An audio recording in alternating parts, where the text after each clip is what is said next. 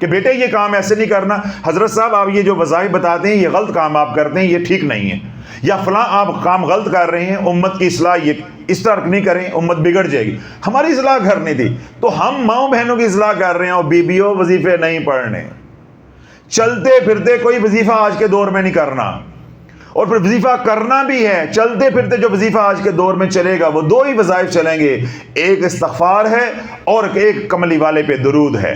چلتے پھرتے بھی کرو، بغیر کڑے کے بغیر حصار کے کرو، کوئی اس میں دقت نہیں ہے، کوئی پریشانی نہیں ہے۔ اس کے علاوہ کوئی بھی وظیفہ چلتے پھرتے کرو گے، کسی اسم کا ورد کرو گے، چاہے میرا ہی بتایا ہوا کیوں نہ ہو، آج نہیں تو کل، کل نہیں تو پرسوں رجت ہو کے رہے گی، تم اجڑ کے رہو گے، اجڑ کے رہو گے۔ اور جو بات اللہ والوں میں سمجھانا چاہ رہا ہوں وہ یہ کہ انتہائی شرمندگی مجھے ہوئی، غصہ بھی آیا کہ اتنی بات سمجھانے کے اور اتنے بیانات کرنے کے بعد بھی سوئی کہاں اٹکی ہوئی ہے؟ کوئی وظیفہ بتا دیں۔ اب ان عورتوں کا یا ان لوگوں کا، مرد حضرات بھی ہیں، مسئلہ کیا ہے کہ اللہ والوں یہ کسی حد تک یہ بھی سچے ہیں۔ کیوں سچے ہیں؟ جو آدمی یا جو بچہ، نوجوان ہو، عورت ہو، مرد ہو، لڑکا ہو، لڑکی ہو، آپ نے دیکھا ہوگا کہ بعض لوگوں کو ہر وقت کھانے کی عادت ہوتی ہے۔ کیا ہوتی ہے؟ کھانے کی۔ تو ہم کیا کہتے ہیں؟ ہر وقت ہی چرتا رہتا ہے، ہر وقت ہی چرتا رہتا ہے۔ اب وہ لوگ کھائے بغیر رہ نہیں سکتے، ان کی طبیعت، ان کا مزاج ایسا بن جاتا ہے۔ اس طرح بعض لوگوں کو بولنے کی عادت ہوتی ہے، اس طرح عورتیں ہیں، وہ جہاں بھی بیٹھیں گی وہ بولے بغیر رہ نہیں سکتی۔ آج کل تو خیر مرد بھی نہیں رہتے، تو بولے بغیر رہ نہیں سکتی۔ اب ان کے مزاج میں ایک چیز شامل ہو گئی ہے کہ ہر وقت باتیں کرتے رہنا، کرتے رہنا، کوئی لحاظ نہیں ہے، سچ ہے، جھوٹ ہے، غیبت ہے، بہتان ہے، کیا بس بولے جانا۔ اب یہ کیا ان کے ہو گیا؟ ایک مزاج کا حصہ بن گیا۔ بہن ہی اللہ والو، جو خواتین، مرد حضرات الٹے سیدھے بغیر اجازت کے وظائف سارے زندگی کرتے رہے ہیں، اب ان کا مزاج بن گیا کہ کچھ نہ کچھ پڑھتے رہو، یعنی جس طرح کہنا کچھ نہ کچھ کھاتے رہو، کچھ نہ کچھ چرتے رہو، کچھ نہ کچھ بولتے رہو۔ بین ہی یہ لوگ کہتے ہیں کہ کچھ نہ کچھ پڑھتے رہیں۔ ابھی تک ان کے بات سمجھ نہیں آ رہی کہ پہلے پڑھ پڑھ کے اپنی نسلوں کو اجاڑا ہے، بات کیوں تمہیں سمجھ نہیں آ رہی ہے؟ کبھی ثواب کے چکر میں، کبھی ثواب کے چکر میں، کبھی خیر و برکت کے چکر میں، اور کبھی ہوس کے چکر میں کہ یہ بھی مل جائے اور یہ بھی مل جائے، یہ بھی مل جائے اور یہ بھی مل جائے۔ آپ خود بھی تباہ ہوئے اور اپنی اولادوں کو بھی تباہ کر دیا، پھر ایسی بیماری کے اندر پھنسا دیا جس کا کسی کے پاس علاج نہیں ہے۔ تو اللہ بولو یہ ساری باتیں بارہا ہر بیان کے اندر سمجھانی، ہر پچھلے 8 مہینوں سے ایک ہی موضوع چل رہا ہے، ایک ہی موضوع چل رہا ہے کہ خدا کا واسطہ یہ دور وظائف کا نہیں ہے، یہ دور وظائف کا نہیں ہے۔ اس میں وظائف آپ شرائط کے بغیر کریں گے، آپ اجڑیں گے نہیں، آپ کی نسلیں اجڑ جائیں گی۔ دوسری بات جو قابل افسوس ہے وہ یہ کہ درود پاک کا کسی کو وظیفہ مل گیا، یا درود پاک پڑھنے کے اللہ کسی کو توفیق مل گئی، اس کو تو کوئی وظیفہ کرنا ہی نہیں چاہیے، اس کو وہ وظیفہ مل گیا جو میرا رب کرتا ہے۔ تو اس وظیفے سے پڑھ کے کون سا وظیفہ ہے؟ رب کیا فرماتا ہے؟ ان اللہ و ملائکتہ یصلون علی النبی، یہ اللہ کا وظیفہ ہے، اس کے ملائکہ تمام فرشتوں کا وظیفہ ہے۔ یا ایھا الذین آمنوا صلوا علیہ وسلموا تسلیما، یہ تمام صالحین کا، ایمان والوں کا وظیفہ ہے، تمام ایمان والوں کا وظیفہ ہے، تمام انبیاء علیہ السلام کا وظیفہ ہے۔ تمام انبیاء علیہ السلام جو ہے اپنے اپنے زمانے میں حضور علیہ الصلوۃ والسلام پہ درود پڑھتے رہے کسی نہ کسی بھی شکل کے اندر۔ تو ہم اتنا کمالات والا، شان والا، معجزات والا، کرشمات والا وظیفہ چھوڑ کے اور لوگوں کے بتائے ہوئے وظائف بغیر شرائط کے پڑھ کے اللہ والوں خود بھی برباد ہو رہے ہو اور اپنی آخرت کو بھی برباد کر رہے ہو۔ پھر ایک یہ بات نقطہ، اور دوسرا کیا ہے؟ وظائف کر رہے ہیں، میں پوچھتا ہوں درود کتنا پڑھے؟ حضرت صاحب وقت نہیں ملا، ذرا جاگتے رہیے، میں کہنا کیا چاہ رہا ہوں۔ 4 گھنٹے، 5 گھنٹے، 6 گھنٹے 5 سورتہ پڑھا جا رہا ہے، وظائف ہو رہے ہیں، دعائیں پڑھی جا رہی ہیں، من گھڑت وظیفے، من گھڑت دعائیں، من گھڑت منتر، یہ وہ پڑھے جا رہے ہیں، سارا دن عبادت ہو رہی ہے۔ شام کو انہی عبادت گزاروں سے پوچھو درود کتنا پڑھا ہے، وہ بس سارا کچھ میں کر دی رہی ہیں تو وقت ہی نہیں ملیا۔ پھر پوچھو یہ ساری عبادت کی، سارے وظائف تم نے کیے، قرآن کی تلاوت کتنی کی ہے؟ میں وظیفے کر دی رہی ہیں، میں وظیفے کردہ رہا ہوں، میں چلا کر رہا ہوں، اللہ والے تو شرم سے مار کیوں نہیں گیا؟ جس قرآن نے شفاعت کرنی ہے اس کا حق ادا نہیں کیا، تو جو عامل نے، پیر نے یا کتاب نے، رسالے نے وظیفہ بتایا ہے اس پہ تیرا یقین بن گیا، لیکن قرآن کے اوپر یقین نہ بنا یا نبی کے فرمان کے اوپر یقین نہ بنا کہ قرآن نے شفاعت کرنی، قرآن کا حق ہم نے ادا کرنا ہے۔ تو اللہ والو ان وظائف کی وجہ سے یا ہماری اس عادت کی وجہ سے نقصان کیا ہوا کہ ہم قرآن سے منہ موڑ بیٹھے، ہمارے گھروں میں قرآن پڑھنے کا رواج ختم ہو گیا اور ہمارے گھروں میں وظیفے کرنے کا اور تسمیہ کرنے کا رواج آ گیا۔ پہلے ادوار میں کیا تھا؟ قرآن پڑھا جاتا، پھر صحابہ کے دور میں تو تھا ہی قرآن، ہاتھوں پہ تسمیہ تھی، انگلیوں پہ تسمیہ تھی، اللہ کا ذکر تھا، چلتے پھرتے اللہ کا ذکر تھا، اور باقی وہ قرآن پڑھتے تھے، جن کو جتنا یاد تھا زبانی یا جس جہاں کو لکھا ہوا ہے وہ وہاں سے دیکھ کے قرآن پڑھتے تھے، ایک دوسرے کو قرآن سکھاتے تھے، ایک دوسرے کو منتقل کرتے تھے، مسائل سمجھاتے تھے۔ وہ تقوی والا دور ختم ہو گیا، پھر فتوے والا دور آ گیا، پھر فتوے والا دور بھی ختم ہو گیا، اب فسق و فجور کا دور ہے، گناہوں کا دور ہے۔ اللہ والو گناہوں کا دور ہوگا، ہم گناہ گار ہیں، تو گناہ گار بندہ کیا کرے گا؟ اے اللہ میری توبہ، اس کا وظیفہ استغفار ہوگا، اس کا وظیفہ اسماء الحسنی نہیں ہوگا۔ پہلے گناہ بخشواؤ، اللہ سے توبہ کرو، پھر وظائف کرو، اور وہ بھی کیا ہوں گے؟ شرائط کے ساتھ، بیٹھ کے ایک جگہ پہ ہوں گے، جگہ کی شرط ہوگی، وقت کی شرط ہوگی، لباس کی شرط ہوگی، وہ تمام شرائط کے ساتھ ہوں گے۔ تو اللہ بولو اپنے آپ کو نہ اجاڑو، نہ اپنی نسلوں کو برباد کرو۔ اس دور کے اندر ایک کام نہیں ہو سکتا تو ضرور کرنا ہے۔